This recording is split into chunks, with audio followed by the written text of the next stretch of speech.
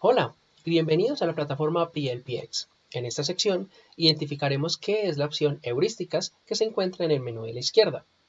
Las heurísticas son un conjunto de reglas que guían cómo debe realizarse una evaluación heurística.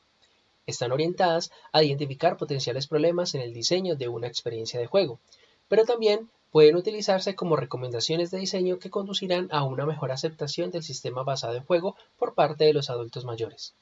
Antes de continuar, recuerda que la plataforma se encuentra en idioma inglés-español, la cual puedes cambiar en la parte superior derecha.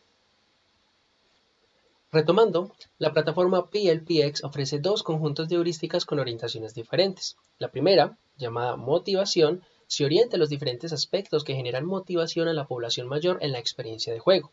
La segunda, llamada elementos de juego, están orientadas a los diferentes aspectos transversales a considerar para ofrecer una mejor experiencia de juego a la población adulto mayor.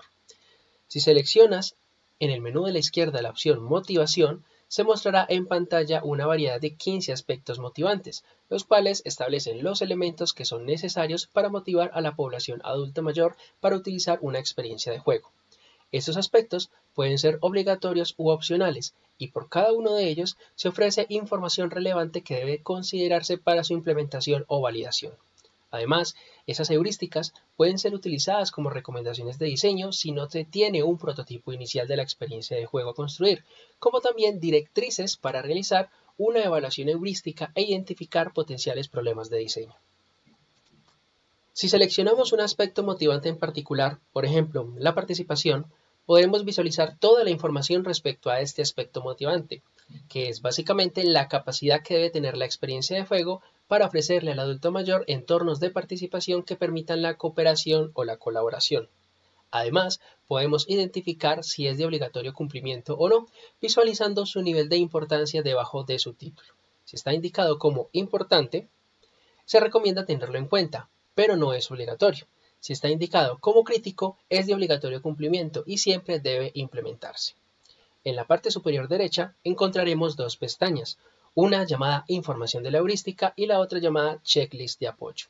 En la pestaña Información de la heurística encontraremos la explicación de la heurística, las características del sistema basado en juego, los beneficios de implementación y los posibles problemas de interpretación de la heurística tratada. Si con esta información suministrada hasta el momento aún no te queda claro cómo aplicar la heurística sobre el sistema basado en juego, en la segunda pestaña llamada Checklist de apoyo se encuentra una lista de chequeo con los elementos más importantes que deben ser validados para identificar el cumplimiento o incumplimiento de la heurística. Estos también pueden ser utilizados como elementos puntuales de consideración en el diseño de la experiencia de juego. Si deseas cambiar a otra heurística, simplemente debes dar clic en el botón Regresar al listado de heurísticas. Ahora, con el listado visible, podemos dar clic en la heurística en particular que deseemos consultar, pero todas tienen la misma estructura que la heurística que se explicó anteriormente.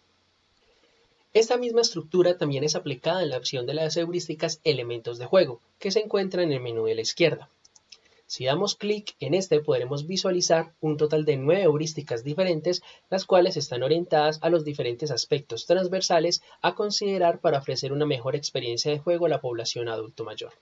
Si damos clic en la heurística Entornos visuales, podemos ver que contamos con la misma estructura de la heurística anteriormente explicada, contando con su nivel de importancia, su explicación, características del sistema basado en juego, beneficios, problemas de interpretación y además también contaremos con la ya mencionada pestaña Checklist de apoyo para ver los elementos puntuales a considerar.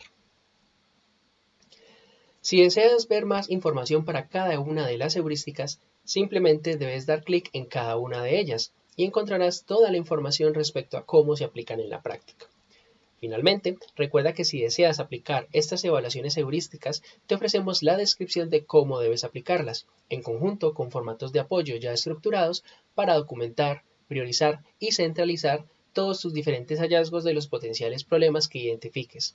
Esto lo encuentras en el menú de la izquierda en la opción Procesos de evaluación y allí debes seleccionar la primera etapa del proceso de evaluación llamada Evaluación de la motivación.